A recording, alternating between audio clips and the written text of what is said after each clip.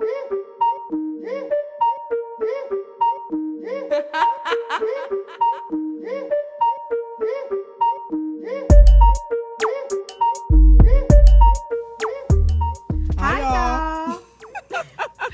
timing, sissy.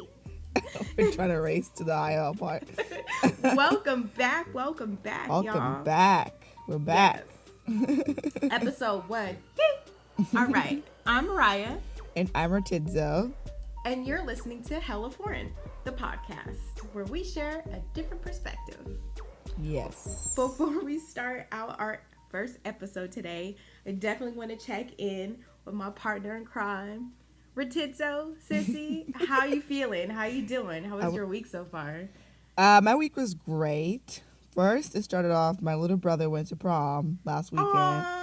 Homeboy was sporting some velvet loafers up in there. Okay. Navy blue ones. I was like, I'll see you. Came with style. Yes, which means I'm getting old if my youngest brother is going to prom. But anyways, definitely a great week, very productive, a lot of stuff going on with the podcast that we worked on this week. So definitely excited to share all those things with you all in the weeks coming up. And that was my week. Oh, and I went to happy hour on Friday. Always a great way to end the week when you have a little glass of wine or two. Hey. How was your week? Yes, I feel like it was definitely productive as well. A lot of work going on. Side note, I am helping put together Soul Bloom, which is a music festival in Sacramento. So if you haven't heard about it, definitely look it up on our IG, Facebook, the website. It's Soul Bloom, SOLBLUME. I'm really excited about it because it's a dope lineup, and I feel like it really is something we don't see often or is not encouraged in the community. But we have headliners like Janae Aiko, The Internet, Gold Link, Smino, DJ Noodles, a whole bunch of other dope artists. So definitely check that out before tickets run out. But yeah, I feel like my spirits have been low just because of all the stuff going on in our crazy ass world. Mm-hmm. But recently, if you guys haven't heard, which I'm sure you have, around 2 weeks ago, Stephon Clark was shot down by police in his backyard. They emptied out their clips on him. 20 shots were reported. So our condolences definitely go out to the family. Yeah. And our prayers go out to you guys. And I know through this time there's a lot of anger and there's a lot of things that are surrounded by this, and it just blew up. So nothing but love and support in this time. Yeah, to the family. Yeah. So it's a tough one. Yeah, and it just keeps happening. So definitely staying strong. And I definitely want to shout out the Black Lives Matter SAC chapter.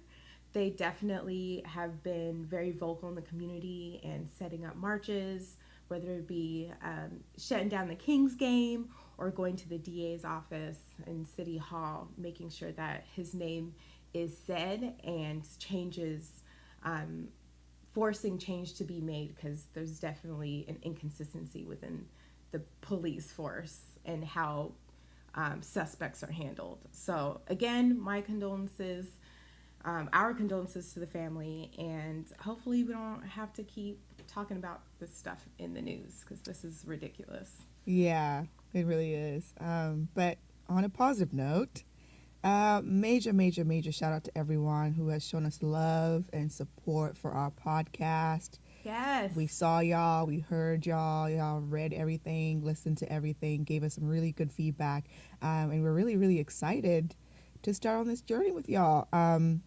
So yes, thank you so much to everyone who tuned in that first episode, and hopefully you tune in again on this episode and the rest of them, and you tell your friend to tell a friend and to tell another friend. Yes. Yes. So we can be friends. So we can all be friends. But yes. Thank you so much. Awesome. I think that was a great check-in. It was a great check-in. All right, on to the next. So today we're going to talk about where we're from. We gave y'all a little bit of hint of that on the first episode. talking about Haiti and Zimbabwe more in depth today, and how we were raised and how it's kind of shaped some of our thinking.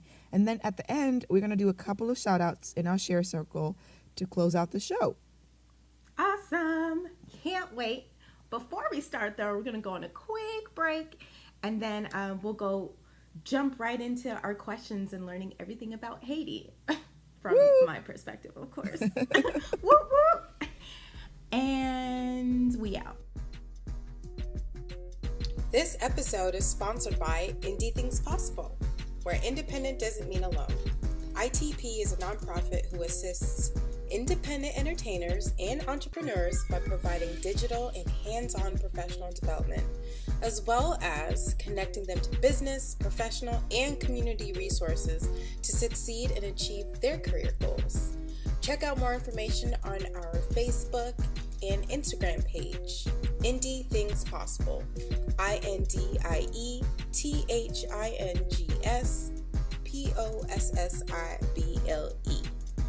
Again, Indie Things Possible, where independent doesn't mean alone. Welcome back, y'all.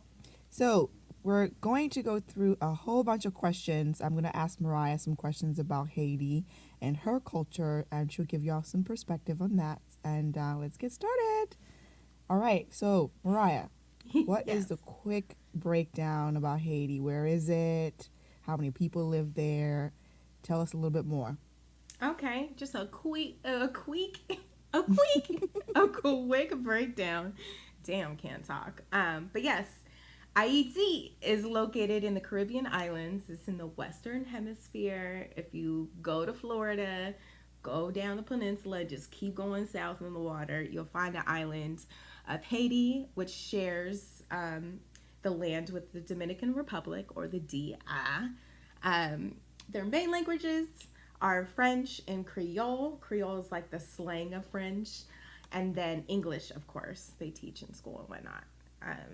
I did find out that there are 11.1 plus million people who live there now, which is, dang, how y'all fit? But yeah, that's just the quick little breakdown. It's a beautiful island. Awesome weather. It's really hot. Beautiful beaches. But yeah, that's Haiti. And what are the people known for? Yeah, I feel like Haiti has been on the map and mostly known for the earthquakes that happened recently. Okay. The first one happening in 2010. I feel like that's when they really got in the news during my time. But they're also known for their voodoo for sure. Don't know if that's a myth or not, but actually it's not like I don't know, but yeah, voodoo for sure happens. They definitely believe in, natural healing, spirits, and all that jazz. Haiti's also known for its poverty. It is a very poor country. It's almost like New York with the trash in the streets and whatnot, but, we don't have tall ass skyscrapers and buildings and whatnot. It's still beautiful, but really poor. And also they're known for their culture and their arts, their beautiful paintings and music and dance. And of course their amazing food. Oh my gosh. It could just give you a heart attack. They got the pâté, the macaroni and cheese at gratin, the poisson. You gotta eat some Haitian food, y'all. It's really good. John. So good. So good. But I think with the food, it definitely ties in with the hospitality. They're very traditional of, having the women at home and cooking and cleaning, but definitely serving and being that backbone of the family. But yeah, that's what the Haitian people are known for in my Which house. is a really nice transition into like the next question about what the Haitian culture like really looked like at home when you were growing up. Like, what were your parents like? What kind of practices do you guys have? Morals? Like, tell us a little bit about that. Yeah. So yeah, I have a twin brother, Sebastian. So he was like my best friend and partner in crime in our upbringing. But since he was a guy, and Haitians really, again, hold on to that traditional household, so he got away with a lot more than I did. And so I definitely was taught the whole cleaning, cooking, just holding down the fort at home, helping my mom out in the kitchen. And I feel like our day to day when growing up was after Oprah, we would cook dinner and wait for dad to get home and do our little family dinner. After Oprah.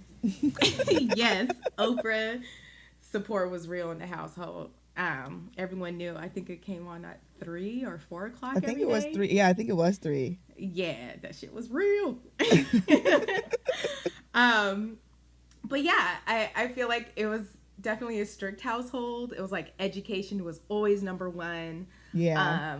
I couldn't go to like sleepovers. We didn't have pets.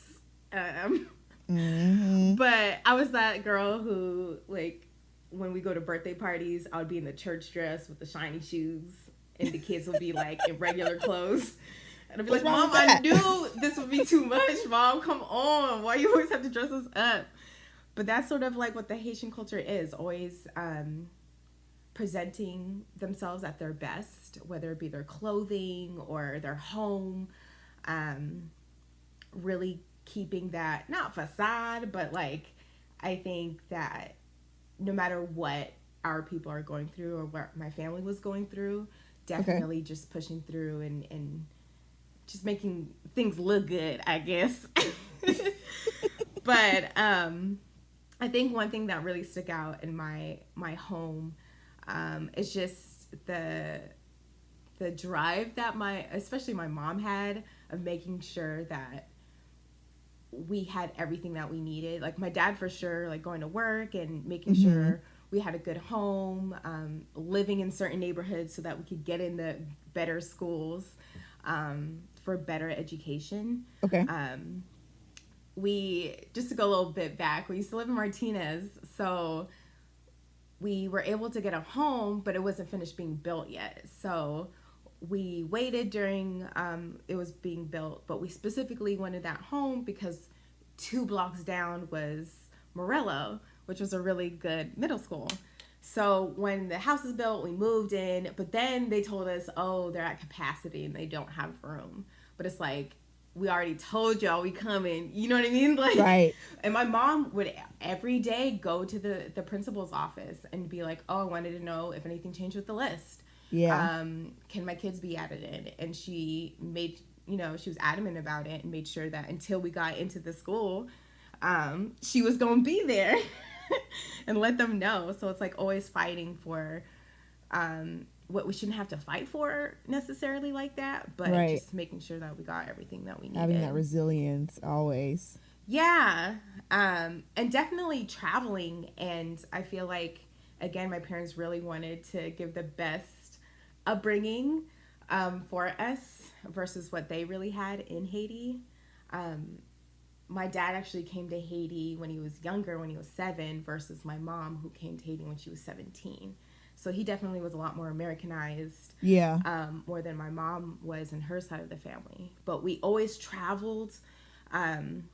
We went, whether it be in the States, going to like Disney World, which was a big deal apparently in America. I remember being in 1st grade and they're like, oh, have you been to Disneyland yet? I'm like, what is this? What is this Disneyland you guys speak of? But finally one summer. You guys speak of. Yeah. And then you'll see the commercial and it was like, oh, this looks like this utopia of fun and characters. It is. It's amazing. But yeah, I definitely feel blessed having those opportunities because I know it wasn't easy and everything was expensive. But I feel like, yeah, just to wrap it all up, it was really focusing on education, traveling, always eating Haitian food, being tired of having like avoine or oatmeal every morning, or like sometimes we're like, damn, I just want some McDonald's, which we did get occasionally, but I'm like, it's not good for you anyway. It's not. I should have never wished for that. But yeah, I feel like that was definitely my Haitian background. Every time we came back from school, just going back to our own family life and routine. All right. So what are some things you quickly learned about the Black American culture when you were first exposed to it? Oh, yes. Definitely that you're not judged if you're black by the color of your skin, but how you speak or your education or economic status within the black community. Okay. I feel like with everyone else or like white people, it's like, oh, you're black because I can Right. see it. Right. But when you're in the black community, it's like, why you talk like that? You hello Oreo, or like you're not from here, or Right. whatever the comments were. But I think that was the first thing. That you And noticed, then, yeah. being in school, my brother and I, we only went to school with each other, not all the way through like high school and whatnot, but like in middle school and stuff. Okay. And it would be like us two, and then maybe a couple others in different grades, but we were definitely holding down the fort for the black people in our class. Yeah, the struggle. That was me. Yeah. Yeah, so just like sort of feeling like an outcast, but not really, but like, hey, we just kids too. We want to have fun too. I play tetherball. Um, Yeah. but I think that was like the first and main thing that has stuck with me throughout my upbringing. Is just like there's definitely different types of black, and I think that made me act certain ways or try to act more black. And then finally, like in college, I was just like, I can't do this. That's not me. I feel like I definitely lived the awkward black girl life. Yeah. Shout out to Issa Rae again. Love you. But like, I definitely was that awkward. Like, I didn't get half the jokes that was said to me because we're just like, what are you guys talking about? Damn. Damn. Or my dad would tell me, he'd just be like, just say so. So if someone says something to you, just be like, so? I'm like, Dad, you can't just say so. No. But yeah, I think that's the main thing from the black culture that I took away. Okay. What is something that people don't know about Haiti that you want to share with everyone tuning in right now? Yeah, I think the first and foremost, most important is Haiti's independence. So in 1791, Haitians began the only successful slave revolution in the history of the world. So by 1804, Haiti was declared the first independent black republic. So basically, the French people came to Haiti saying that they were going to own this island and land, and you guys can't do anything about it. And over the course of like 5, or not 5, more like 9, 8 years, Okay. they fought for their country. So the saying that my mom would tell us when we were little, or like as we were growing up, is Haitians would say "couper tête pour les cailles," which Okay. means cut off their heads and burn the homes, and that's basically their gameplay of winning back their lands. That's really, that's like powerful, yo. That's really powerful. Yeah, I hope people really get how big this is. Like, first off, it's the French. They had way more manpower and armor and things to take over a whole bunch of other countries and whatnot. So for this little island of amazing people, you know, they fought and they didn't give up until they were off the island. Okay. Unfortunately, because of this, like, obviously the French were like, you can't just get away with this. We can't let the world know that, you know, you could have your own shit, basically. So they gave them like a huge amount of debt that they were supposed to pay off. And I saw some sources say that they paid it off by the 40s. Yeah. But others were saying that basically after the earthquake in 2010, they forgave the balance that was remaining, just because, like, oh, y'all suffered enough. Let's just let's just put this on the rug. You guys are already struggling with other stuff. That's messed up. So yeah, I think that's definitely the main thing I want people to know is we're survivors, we're gladiators, and we don't take shit. Okay, we fought for our own land and won. So that's one. Definitely, there are quite a few famous people who are Haitian. Okay. But I'm gonna limit it down to 3 people just because I'm just blabbing away. But my favorites that I saw online was Dawn Richard. She's She was one of the singers from Danity Kane. Yes. All I need is one shot and maybe more. I can give you what you... Okay, yes, girl. She is Haitian. There's also Jason Derulo, awesome artist. I want to say both his parents are Haitian. Jason Derulo. My sad button. And there's also Blake Griffin, who I did not know, who plays for the Detroit Pistons. Yeah, I didn't know he was Haitian either. Yeah, he got a little Haitian in him. And then, of course, everyone knows about, like, Wyclef. He's been holding it down for the squad. Yes. But, yeah, other than that, and it being a beautiful island, the beaches are amazing. The food, the fresh seafood, and everything's just really great. I was able to go when I was a kid, and even though I was really young, all I remembered was the music, food, beach. And it was just on repeat. That's a lot, though. That's enough. Yeah. And lastly, Haiti is well known for their exports for the best mangoes, coffee, and cacao, which is the purest form of chocolate. So there's cocoa and cacao. And we have the best in the world. So if you didn't know, that's where it's coming from. Well, there you have it. Yes. So what are some things you wish people didn't know or don't like to share about the Haitian culture? I think, especially of what was recently said from the president, of just thinking that, like, they're savages or weak people. Yeah. When, again, our history says otherwise. And yeah. I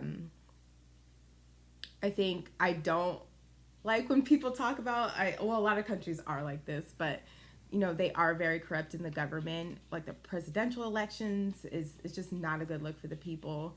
I know when growing up, Ashitey was one of the presidents that was in office, and he was in there for years, and I think it just put Haiti in a downfall and just kept them in the place that they are now. Yeah. And then, like, going into the poverty, like, that stuff, like, wish people didn't just focus on that. There's so much more to Haiti. There's, like, the negative. Yeah. Yeah. Yeah. And then, like, the pain and suffering. I feel like just growing up with my parents and my family and seeing other Haitians, you see the pain in the eyes, or like when people are here in the U.S., like, oh, you guys made it, yes, or you're trying to work for a better life or something different. So I feel like the Haitians who come here, legally, illegally, they still always end up trying to be the best American that they can be, and having that different life. So yeah.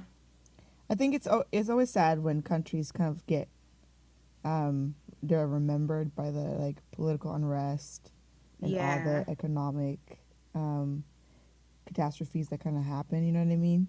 Right. And that's, like, all you see in the media. They rarely sometimes, like, celebrate the good things, all the smart people who are making innovations in the country, the top engineers, and all the other positive things. It's always, like, focus on the negative. And once you're deemed like a third world country or you're found poor, then it's like, that's it. Yeah. Your history late, you know what I mean? Like, your history gets all eradicated. The people from there are dumb or don't know how to right, and they the just focus on that. Lifestyle. Yeah. Side note, y'all, like, my dad is a systems engineer and my mom's a French teacher. So, and I feel like a lot of my family members are doctors, lawyers, in Wall Street, in the retail or service industry. Like, we work and we pay for our own. We work hard just like everyone else. So yeah, that's real. There's more. And lastly, what do you wish you had in the Black American culture that's in the Haitian culture? If you could mix the two or swap. So what did I wish? What do you wish you had? Like, what do you wish you had in the Black American culture that's in the Haitian culture? Yes.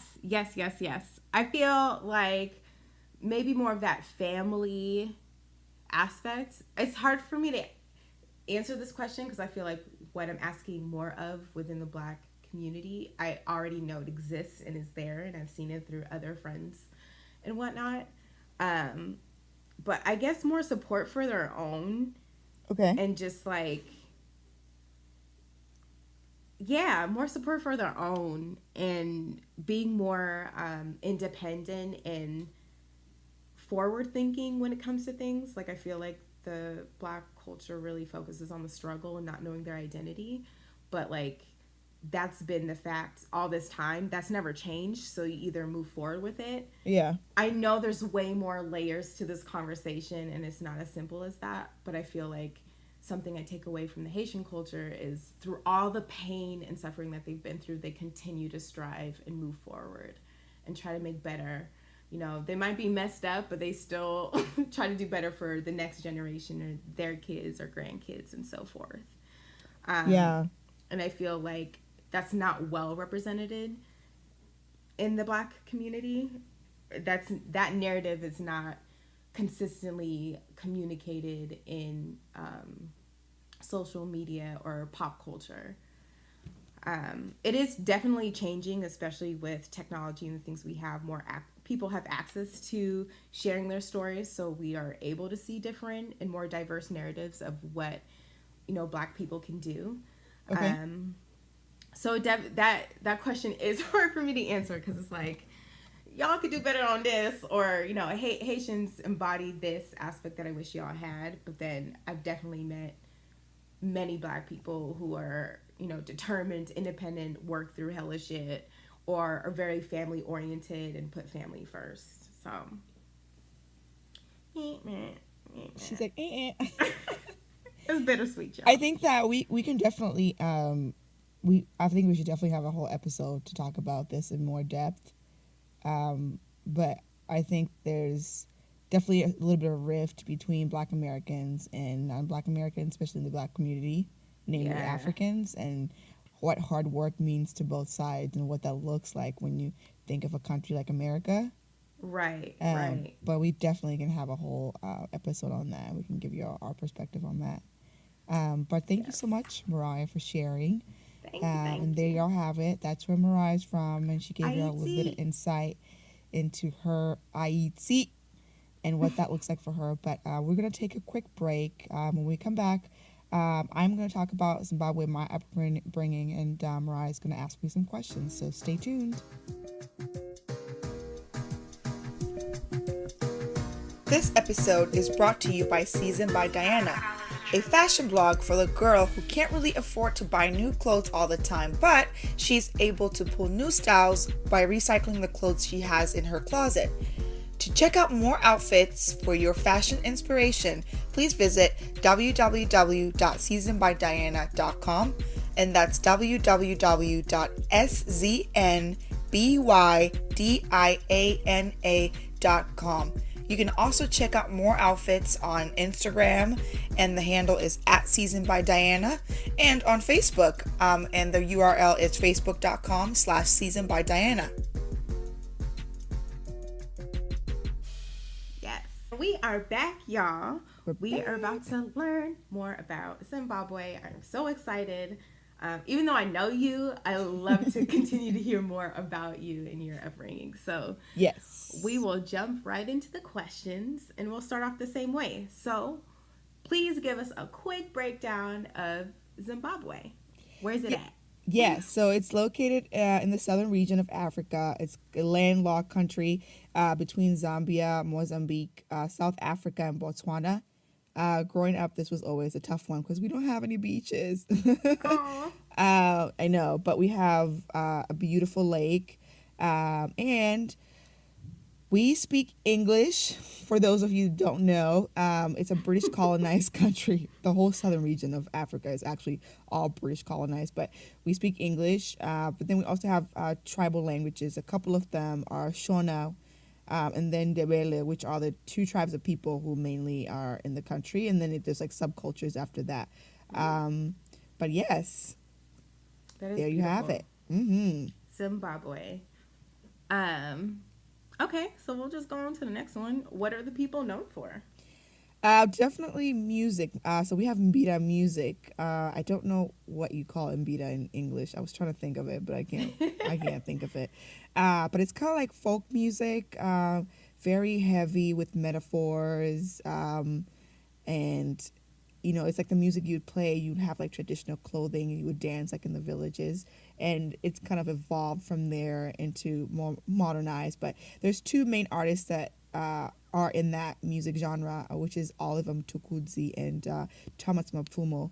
And I mentioned these two because they've traveled all around the world on tours, and a lot of people know their music. So, Okay. yes. And then food. We cook a lot. We have a lot of family gatherings, a lot of friend gatherings. And then when you put food and music together, it's like a really big part of our culture. Just people celebrating and having a really, really good time. So that would be like the highlight of what we're known for. Beautiful. I'm gonna Yes. ask a quick follow up. Do you guys have Carnival too? We don't. So that's a Oh. very Caribbean thing. It might be in West Africa, but no, not where I'm from. We don't have carnival. Just kidding. Okay. Because the whole food and music, I'm like, that sounds like Carnival to me. I know. Yeah, no, we don't have carnival. Just kidding. Okay. So, what did the Zim culture look like for you at home and when growing up? Beautiful. First of all, I was raised by all my aunts and uncles, and I would like to think I'm the family favorite, and my cousins are gonna combat that statement as much as they can. Okay. But I'll break it down into like four different categories. So first I'll start with parenting. So I'm the only girl in my family, and I had the toughest time because of that. I have two brothers, and I think that in my culture, girls are more protected, shielded. Men, boys, you want to raise them to be men. They need to be a lot tougher and be able to handle different facets of life in a different manner. So from that perspective, I feel like I had it a little tough. But what I mean by that is mostly it was more strict. I didn't have the freedoms to do what my brothers could do. Like go to the movies at 9 p.m. when you're 13. I had to be at home before the sun came down. But you know what I mean? All love. And then no boys, the standard norm. In an African household, you focus on books and not boys. But the interesting part is most of my friends are actually guys. Sorry, Mom. I didn't do it to rebel against you. It just happened that way. So I don't think both my parents were pretty strict. I think my parents are super traditional. They have their own core values and things they believe in. But I would definitely say my dad was more understanding and chill. My dad, he's American, and he understands American culture a lot better. Has a firm understanding of like what goes on in school, what kids talk about, like the kind of phases you go through and how you kind of act on it. So that from that perspective, I don't want to say chill, but he was more understanding. Whereas my mom, it was definitely a new culture to her. So to really understand what happens in the school, it was really, I feel like it was a tough transition for her. But by the time my brothers got to like older and stuff like that, it was a lot easier because I had already gone through it, Because where she's from, people do things differently. And where we're living, people do things differently. And just like bridging that gap was very interesting. So, but they're lovely nonetheless. We can laugh about it now. Right. And then lastly, again, sort of like reiterating on the old-fashioned aspect, I think my parents really, really believe that a kid should be a kid until a kid is an adult. So really not allowed to like listen to rap music when I was too young. There's no cussing around the house. It was kind of like, you're a kid, you listen to kid music, you transition out of it slowly. And then when you get older and you understand things, then you're exposed to more things. So you know what I mean? Like no watching R-rated movies, no watching sex scenes. Like those are things I really fundamentally believed in. And I think I'm probably going to do that with my kids too. Okay, good to know. Yeah. And then next I'm going to talk about education aspect. So I feel like education definitely came first and foremost above everything else. It was not like, hey Mom, can I go hang out with my friends? It was, did you finish your homework? and I was not allowed to bring home C's. Like, the grading scale was modified. It was A through C, C being an F, B Yes. being a C, and an A being an A, and nobody cares about a B. Oh, that is so real. A B is not an A, so that's Yeah, irrelevant. exactly. So it was, Right. can't come home with a C. If you're going to come home with a C, you have to explain yourself why you got a C, and we need to come up with a plan to make sure that there's no C's on the report card next time, because we're not having this conversation again. Um, yeah. And then so everything else revolved around that. For example, no TV during homework time. My mom would pick us up from school, take us home. We would sit down for 2 hours, do homework, no TV, no cartoons, nothing. And if you didn't have homework, you had to sit there and read a book for the 2 hours, because it was like, I mean, you could take a nap if you wanted to, or eat or whatever, but because you didn't have homework, it didn't mean that you could just sit there and do Right. and watch TV. Nope, you had to sit there and do something productive. But she really sat down with my brothers. We would sit down. She'd do homework. She was very, very involved with my teachers, knew their names, had contact Yeah. information. If I was acting up in school or I wasn't performing well, she was very quick to contact them and follow up and like, hey, what's going on with my child? You know, she wanted to ensure that I was successful, and did everything possible to make sure that that happened to her standards. Right. Not With- your way, but to her standards, yeah. But overall, they're very supportive. My parents, both of them, very supportive throughout my school career. They definitely would come participate in school activities for parents, come to my sport games, etc. And then a last couple of things to mention are revolve around morals. I think that being respectful to elders is definitely something that was instilled in me at a very young age. It's a huge, huge part of the Zimbabwean culture in general. You know, you don't talk back to your parents, you listen, you learn, you help your elders, you serve them first, you greet them properly, and you regard them in a very respectful manner. So that was definitely huge, huge, huge. And to this day, I think my grandmother, she still really, truly believes that and looks out for that every time we interact with all her grandchildren and her kids, and still have that respect there. And then last couple other things. Respect yourself. You know, you got to know your worth. Stand up for yourself. Don't let people, talk back to you or run you down. You got to be strong and be able to fight for yourself. And then Yes. work very hard. It's, especially being black, you know what I mean? We're regarded as people who don't work hard enough. We're ghetto, we're all these other things. So it was always, you need to be the best, you need to work very hard, and you need to make sure you wear that on your shoulders at all times. Yes. Hearing you answer this, I realized like very parallel to my upbringing. Like you're spot on. Yeah. Especially with the grades. Oh my goodness. Yeah. I forgot to not forgot, but yeah, I guess I forgot to mention that when I say my mom was involved in the schooling and everything for us, just like Ratidzo was saying, Right. to the point where like I ended up going to a high school where my mom worked as the French teacher, so everyone knew me as like, Miss Renee's daughter and did not mess with me. My mom was definitely in middle school and stuff in the parent teacher little meetings, or would volunteer at our school. Very involved. So yeah, shout out to the moms and our parents for instilling that on us. Okay. So yeah, going on to the next question, what are some things you quickly learned about, the Black American culture when you first were exposed to it, and coming here when you were in middle school? Yeah, I think the first thing was there's no black people. I was a minority, and just getting Please a firm elaborate. understanding of what it. Yeah, getting that firm understanding of what it means to be a minority. So just to paint a nice picture for you all, I think there were probably about 6 black kids in our middle school class, 7th grade at least. Me, Yeah. Garland, John, you, Sebastian, and maybe a couple other people I'm probably forgetting. Maybe like 6 or 7 of us.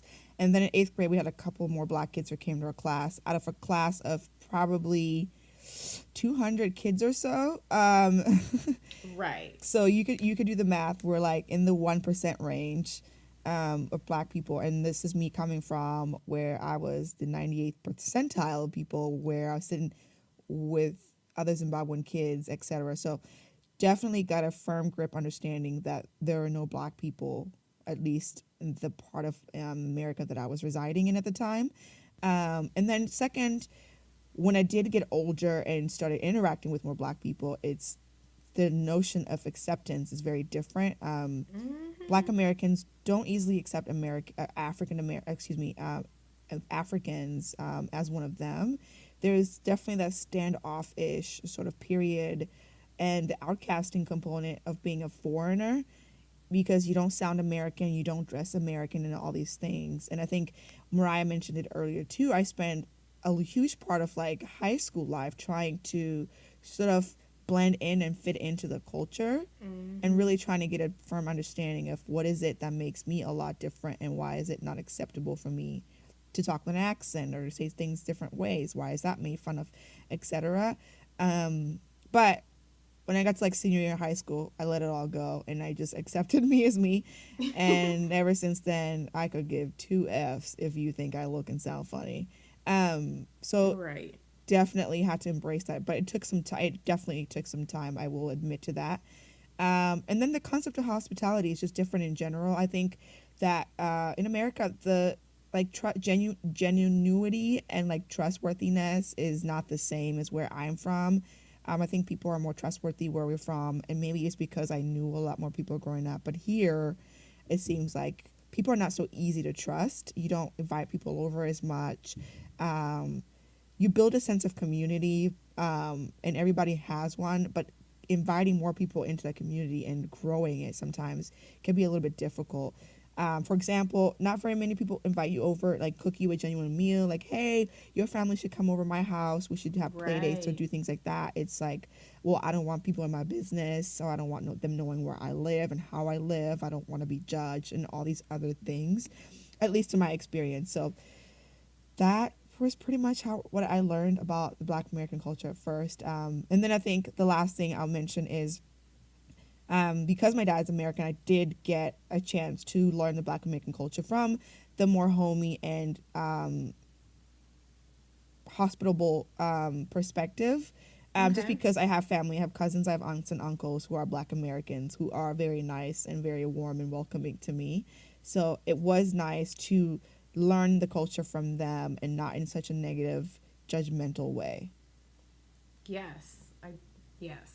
That's great to hear you were able to get the balance sort of early, so it's not like a shock when going to like college and stuff. And you're like, whoa. Right, right, Um, right, right. okay. Awesome. Okay. What are some things that people don't know about Zimbabwe that would be interesting or fun to hear about? Oh yeah, so again, I'll reiterate this because it really irritates me when people ask. Um, we speak English, just like many, many, many, many countries, if not all countries in Africa.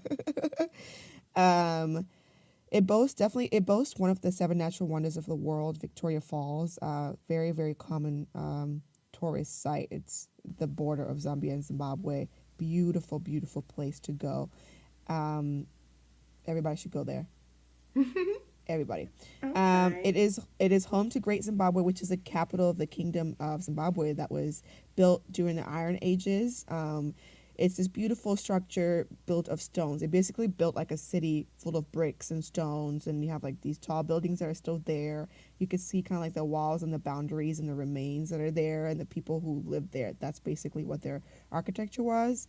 Okay. And I actually learned about this as well in my history of architecture class at Berkeley, which was very interesting to me because usually you learn about like the pyramids in Egypt, Pyramid of Giza, the tombstones, etc. But you don't really learn about any architecture or history in any other part of Africa besides Egypt.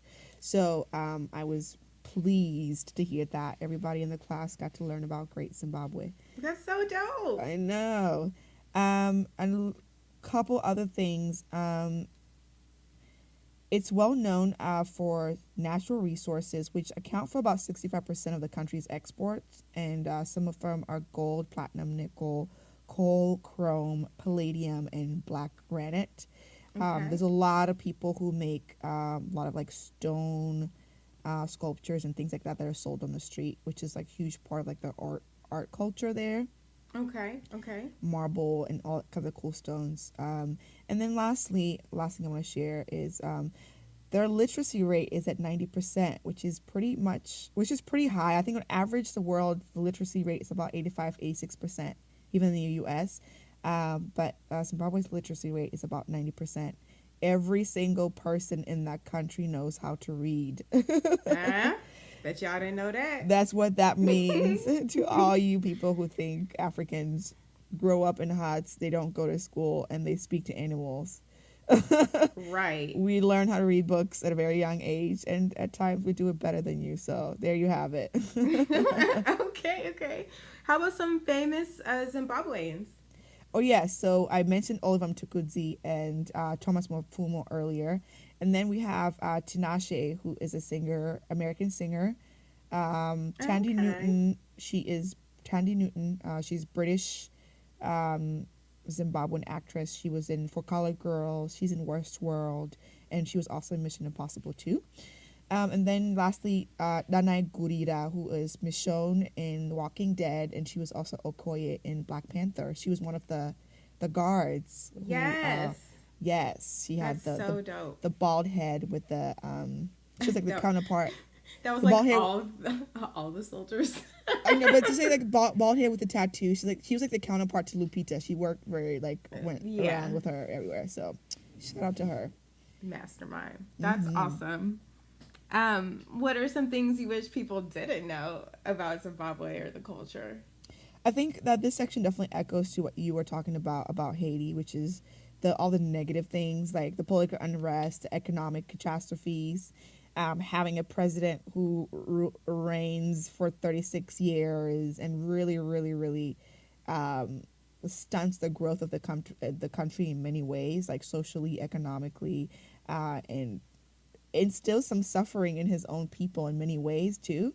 So I think that, and other things like inflation rate was like at 98% Damn. at some point. And to paint you guys a picture what that looks like, imagine having a wheelbarrow of money to take to the grocery store just to do groceries, because one item may cost you like $1 million. That is But crazy. when you put $1 million in the market, like what does that really mean? A penny, if that, you know what I mean? So like, yeah, the values. hyper inflation that I think the world has probably never seen before. So all those things are really, when you Google Zimbabwe, that's really all you mostly hear about. You don't hear about the positives, about the athletes who are going to the Olympics, the doctors who are making change, and the kids who are coming out of there, inspiring others and being innovative as well. So, yeah. Yeah, I feel that. Sad stuff.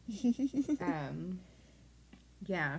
Hopefully now with social media and stuff, we could get more of a different Zim narrative to show Yeah. like, hey y'all. Yeah, I hope so too. And there's a new president in the seat now. It's yet to be determined if he is better than the last, but there's lots of hope. Okay. Lots of hope. Okay, well that's good. That's a positive note. Excuse Definitely you. good. Okay, well I'll bring it back to the last question of what do you wish was in the Black American culture that is in the Zim culture? The Zimbabwean people, Of course. which actually sounds like cliche, but it's true. I wish there was Zimbabwean people. But anyways, the people and the food, the bonding, the camaraderie, the unity. It's easier when you speak to people who have the same language, same values, morals, ethics, culture as you. I mean, not every single person in Zimbabwe is exactly the same and believes in the same things, but you're mostly raised on the same principles and values. So it's nice having that sense of unity. And I think that with the Black American culture, it's there, and we do support each other when the time comes and when we need to. I just wish it was more consistent. Like, why does it have to be when we need to? Why can't it just be always? You know what I mean? Right, right. A Black person from LA might be beefing with somebody from Oakland just because they're from two different cities. And it's just like, you guys are both Black. Embrace Right. it. Love each other. You know, and I feel like we don't have enough of that in the Black American culture. There's a lot of rivalry and a lot of fighting in general. Right. And a huge lack of unity, which, you know, is blamed on so many different things. But that's what I wish there was in the Black American culture. More unity. Beautiful. That wraps up Zimbabwe. Thank you so much, Sissy. That was beautiful. I think it's great to sort of hear the similarities again. But you guys will definitely hear more of our upbringing culture, I think, throughout our episodes. This was just like a quick nutshell. A lot. Yeah, we can talk all day. Yeah, all day. And we didn't even talk about the grandpas and the grandma, so. I know. We're going to have like a special episode for that. Grandma, we're coming for you. Je t'aime, mama. Je t'aime. But yeah, that wraps up our chunk of our episode. We're going to take a quick commercial break and then go into our share circle. So we will be right back after these messages. Hi y'all, it's Moriah. First and foremost, thank you so much for listening to our podcast. We love it and we love y'all, so keep listening. Secondly, if you like what you're hearing, please like, share, and post on your social media accounts. The more the merrier, y'all, so please share with the friends and fam. And side note, we want to hear from you guys. So if you guys have questions, if there's certain discussion topics you guys want to hear in the pod, if you guys have some share items that need to be in the share circle, holla at your girl. You can find us on Facebook and Instagram at Hella Foreign the Podcast, or you can send us an email at hella4n@gmail.com. So that's HELLA 4NIN@gmail.com. And lastly, we need help. So if you are an intern or looking for an internship in the areas of social media, communications, marketing, and production, please send us an email. Thanks, y'all, and we'll be back to the show.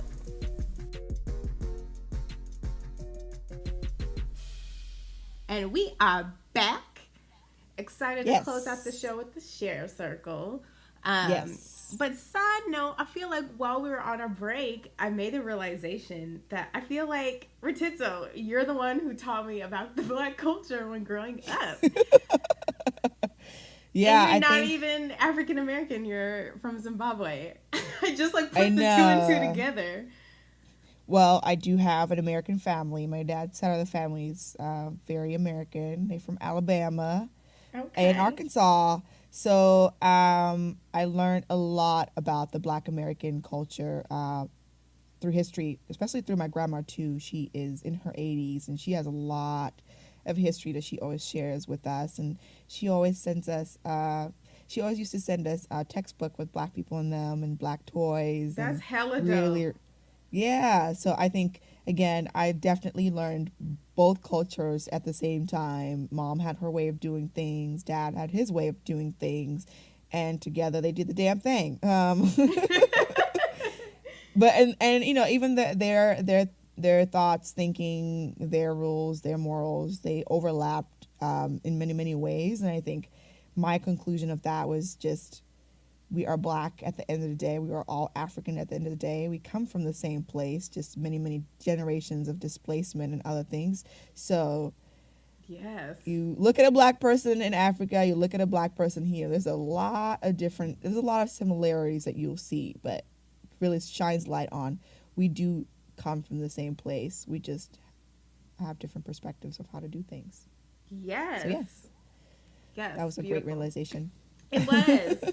Side note, Yeah. y'all, like Ratidzo had all the sneakers on point, her outfits matched. She used to Till do this her day. little edges and shit. Like, Girl, we trying to used get them back right now. I know, say the edges. We used to get our secret CDs from the Boys and Girls Club, so that's how we got all the hottest music Oh and yeah, we did. Okay. We did keep up with that. I don't even keep up with music anymore, but. But yeah, I got all that from you. Oh, thanks, Boo. You're welcome. Thanks, Boo. Thanks, Boo. Anywho. So last. Yeah. To wrap up our show, we're going to talk about some things in our share circle. So our share circle basically is a segment of the show where we highlight some awesome things that we have come across, either people doing great things, people at the businesses, events happening in the community, things we want to share from our family, milestones, celebrations, and more. So we'll share with y'all at the end of every single show, and I'll have something different. Moriah will have something different. So for this week, I'll start. First is I want to say everyone should go watch Acrimony by Tyler Perry. I heard it's a really great movie. I haven't watched it myself, but I really heard great things. I personally love Tyler Perry. I think there is probably 10 Black producers and writers out there, and I don't mean to say 10 because there really is 10, but just to shine light on how very few of them they are, and I really try to support every single one of them when they put out a project. So Tyler Perry put out a movie called Acrimony featuring Taraji P. Henson. Heard it's a really, really great movie, so everyone please go watch that. Go support Tyler Perry if you Black especially. I don't get what the hate is on Tyler Perry is. Like, I missed the whole thing that happened. Yeah. I don't know what happened, but all of a sudden I just heard Black people weren't messing with him. I think that it's Medea. I think Medea is the face of Black woman in many ways, and I think that people don't like what Medea represents. Okay. She is definitely certainly not every Black woman. You know, she's not every Black mother. She's not every Black grandmother or daughter. That we're different people. There's a lot of different people in the Black community. So for her to be a really big part of Tyler Perry's career and movie and character development, I think that's what the Black people do not like about Tyler Perry. Like, how come you couldn't give us someone more educated, and someone who's not from the hood and all these other things? Yeah. Okay. But I understand it from both sides, and I think that I don't know, he's still a very talented individual, and I still support. I watch his movies, not always in the theaters, but I usually tend to watch, and I have a lot of them that I really like, and he speaks truth in a lot of things. So yeah, that's one. Sure. Okay. Yeah. Second is a friend of mine, Desarte Young. We just put out a book called Young Money: 4 Proven Actions to Design Your Wealth While You Still Can. So Desarte and I went to college together. He is the financial advisor and managing director of Berknell Financial, his own own financial advisor firm at 26 years old, doing the damn thing. That's so dope. I know. So he's my go-to person for all things finances. If I want to ask about the stock market, not that I don't know, but if I just have questions, or I understand his finance humor that he always posts on social media. So shout out to Desarte. Go check out his book, Amazon.com. Once again, it's Young Money: 4 Proven Actions to Design Your Wealth While You Still Can.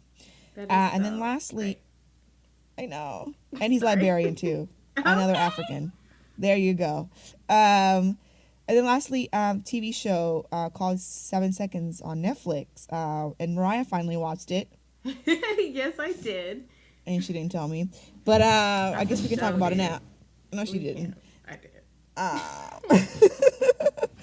So 7 Seconds on Netflix, I can talk about it now since you watched it, is a show about a Black boy who gets killed in the beginning of the show, and he happens to get killed by a cop. Didn't get shot. He gets ran over by a car, and the story unfolds about how his family reacts to it, how the cops react to it, and all the cover-ups and everything else that happened in between.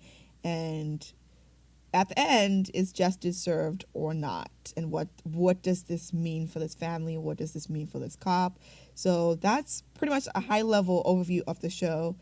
I thought it was really amazing. I think the actors did an amazing job. Regina King played the mother of the boy.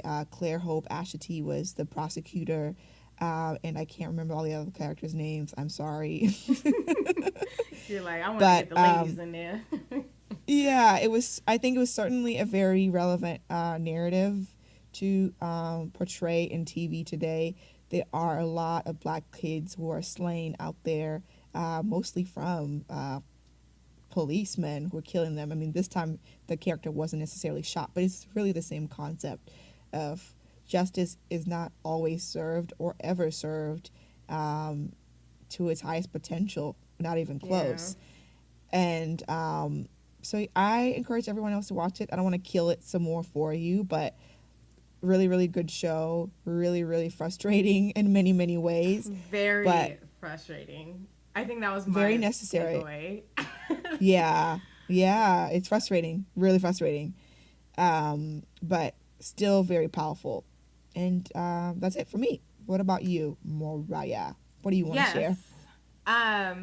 For my share this week, there are a couple. One, I definitely have to shout out the podcast You Had Me at Black. Before we started this, even though it's been an idea of ours, it just took heck of extra time to start it, just figuring out all the kinks of creating a pod.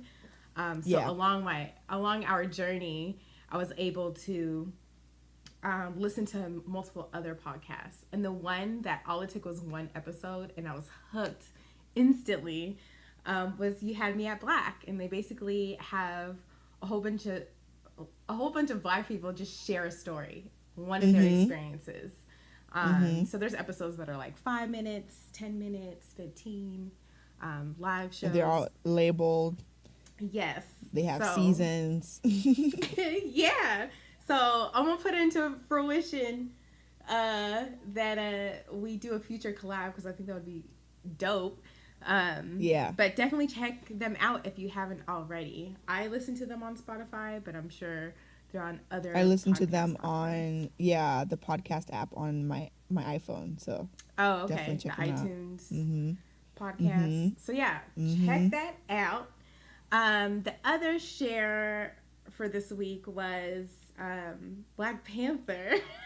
But maybe we should say that for later. I'm like, I finally watched it yesterday, kind of.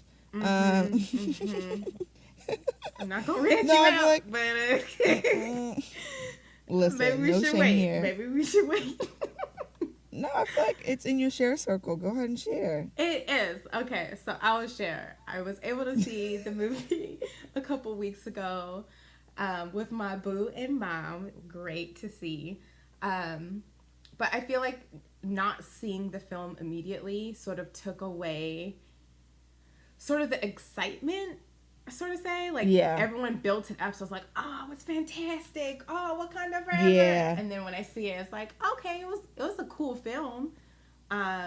It's wonderful. That's how I felt too. Yeah, it's wonderful that they're breaking records and whatnot, but I think in comparison to some of the other Marvel films I've seen, there was maybe a lot more action, or it wasn't as PG as I think Black Panther was. But I still was so joyous the whole time. Like, I was teary-eyed just being able to watch it, because I feel like although there are other Black directors, casts, and stories that have been put in entertainment in the past, like, this isn't the first Black cast film that's been, in top records. Maybe not to this amount of success, but I think it's just, like, definitely something memorable in our culture. Like, we're gonna, like, seeing an all-black cast. Yeah. Seeing Get Out, seeing A Wrinkle in Time, seeing Black Panther, all coming back to back to back. All the shows on Netflix and HBO and Stars that are coming out. Seeing Blackish. There are more Black narratives being shown. So I think this just adds to the resume. But I don't think it was like, oh my gosh, the world has ended. This is amazing. Yeah. But I think I wanted to bring this up because I hope that our people can embrace and see the positive out of this film and feel inspired and more ambitious towards their own personal goals or changing their lifestyles into something that they're proud of, and know that, hey, we did this. We can do this. We don't need to wait for other people to give us permission to do it. Yeah. And it shows how amazing the Black dollar is. Hello? Like, for it to hit these records of over $1 billion in the box office and whatnot, that shows like, hey, when we join together and support each other, we can make a difference. And it doesn't have to be just for a movie. It could be definitely towards other things within our Black community that need to grow. Our own businesses. Yeah, come on. And I'm hearing people seeing this movie 5, 10, 15. Like, so I definitely encourage that support politically and within our government, and to help the changes needed for equality in our society. So I guess that's my spiel on that. I can't wait for the second one, and hope it has different challenges and narratives that are shown in there. But I think something I liked that you were talking about earlier about the film, like getting those little liners, the little liners throughout the film of our culture, or embracing, like acknowledging that, hey, we save y'all all the time, or we suffer, and yet look at us, look what we can accomplish. So yeah, that's what I have for Black Panther. I'm sure that could be another another segment. They have beautiful outfits and very nice cast that they put together. I will say that. I think that was amazing. I'm like, what else do I want to say? I know. I still hold firmly that I'm not a movie person. If it was a TV show, I would have been so excited. I would have binge watched that in like 2 days. Okay. Right when it came out, because I love TV shows a lot more than movies. There's more character development, and I need that in my life. And I think for me, it helps show more creativity too. So, but nonetheless, everybody who showed out for Black Panther, go watch Tyler Perry's movie. All that Black money, give it to a Black person. Yes, continue within the community of support. Okay. So I guess we'll leave Black Panther at that then. But yes, my last share for this week is for Women's History Month. Even though you guys will be hearing this episode on Monday, April 2nd, we're recording this at the end of March, so definitely want to highlight and share a female-owned business. So I'm highlighting feminism. It's not feminist. It's feminism, and it's a woman-owned business which focuses on the idea of loving to see another female win. So feminism was created by Tia Ferreira, who is an amazing R&B and soulful singer.